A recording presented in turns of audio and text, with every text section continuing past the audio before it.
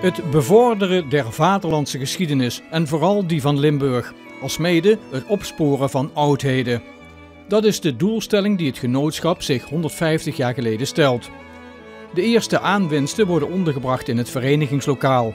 De collectie groeit snel, wat leidt tot de oprichting van een provinciaal museum voor oudheden, dat in de loop der jaren regelmatig verhuist. Een belangrijke man in de beginjaren is de eerste voorzitter, Alexander Schaapkens. Hij is niet alleen schilder, maar heeft ook een grote belangstelling voor de historie van Maastricht. Dankzij Alexander Schaapkens weten we zo ongeveer hoe Maastricht er in het midden van de 19e eeuw moet hebben uitgezien. Het was een tijd van de opkomende industrie, waarin veel gesloopt werd. En in Maastricht ging het ene na het andere historische pand tegen de vlakte. We staan hier bij een van die schilderijen, Peter de Poel, conservator. Wat zien we hier? Hier zien we de afbraak in 1838 van de Sint-Nicolaaskerk, die vroeger naast de Onze Lieve Vrouwenbasiliek stond.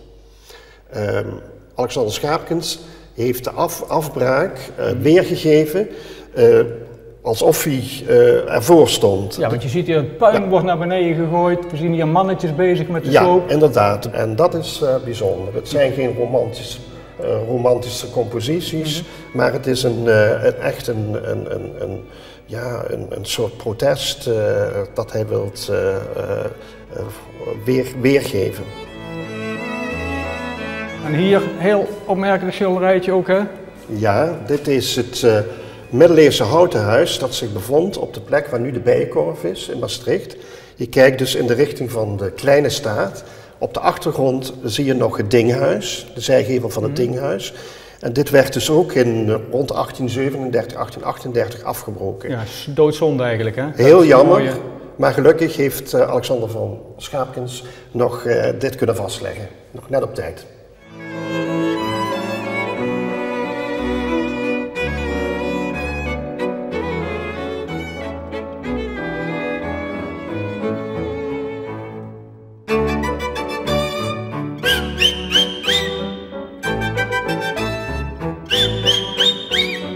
Het is ook een hele leuke, maar ook grappige groep.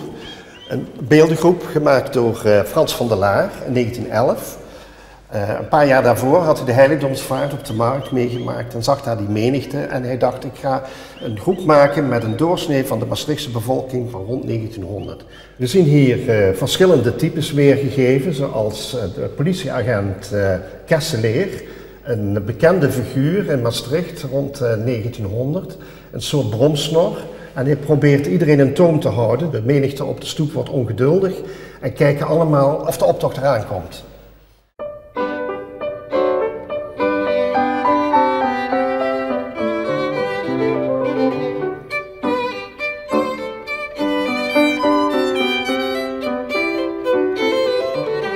Het genootschap heeft ook een collectie Maastricht zilver aangelegd. En Maastricht zilver was wijds en zijds bekend.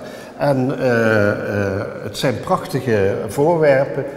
Hier ziet u een topstuk, een koffiekan van Lerminot, Johannes Lerminot, gemaakt in de jaren 1752 en 54.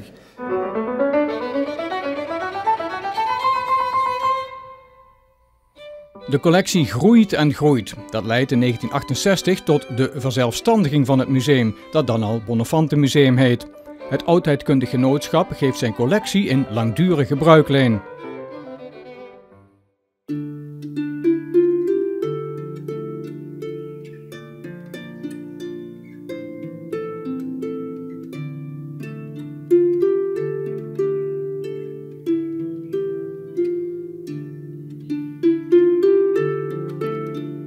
Belangrijk onderdeel is een kostbare collectie middeleeuwse heilige beelden, waaronder een aantal van de beroemde Maaslandse beeldsnijder Jan van Steffensweert.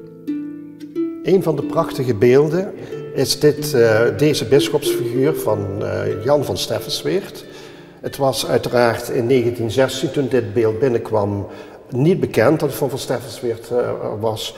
Dat bleek pas rond 1960, toen de witte verflagen of de latere verflagen van het beeld verwijderd werden en de oorspronkelijke beschildering tevoorschijn kwam, maar ook de signatuur Jan en het meesterteken van Jan van Steffensweert. Een topstuk, een belangrijke beeldsnijder die echt nu op de kaart staat van de kunstgeschiedenis in de Lage Landen, kun je wel zeggen. De tentoonstelling is nog te zien tot 17 september in het Bonnefantenmuseum in Maastricht.